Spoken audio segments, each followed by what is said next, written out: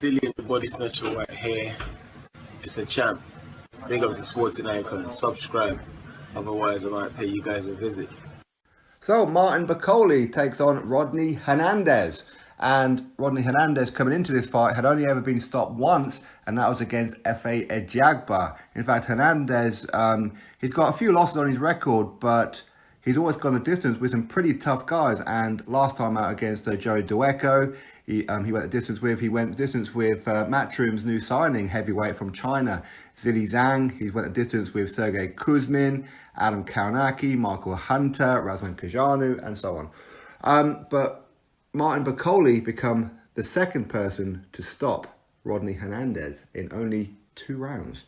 And the first round, Rodney Hernandez come out the gates like a bat out of hell straight after Martin Bakole. Martin Bakole was pinned up against the ropes and was having to defend himself and hit him with some short uppercuts and some short body shots just to try and fend him off. And Hernandez was very, very fired up for whatever reason it may be. It could be that it's on Sky Sports. Maybe he doesn't like Martin Bakole. No idea what it is. But either way, Rodney Hernandez really came out to fight and really put it on Martin Bakole.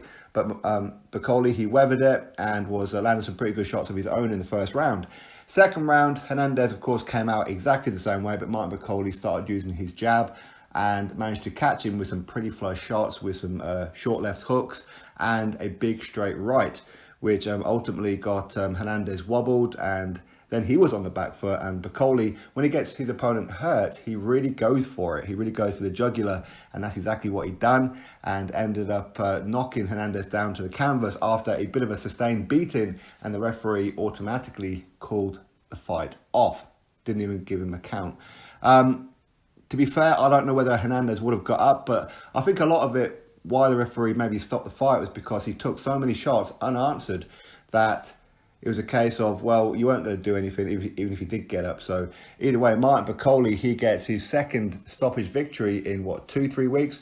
Last time was here in my city of Newcastle when he took on Kevin Johnson. Again, he managed to stop him as well. Bakole's looking the real deal. For me, I want to see Bakole in 2020 in some big, big fights, as in interesting fights, like a Derek Chisora kind of one, or an Adam Kaunaki. These kind of fights, I want to see him in there with these guys.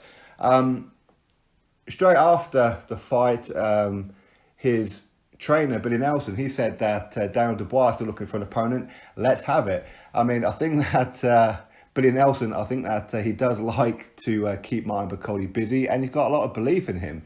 And of course, the more he fights, obviously, the more that these guys get paid in that as well.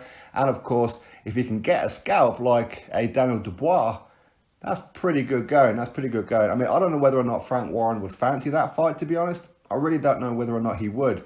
But either way, it'd be interesting, wouldn't it, to see Daniel Dubois take on Martin Bakole.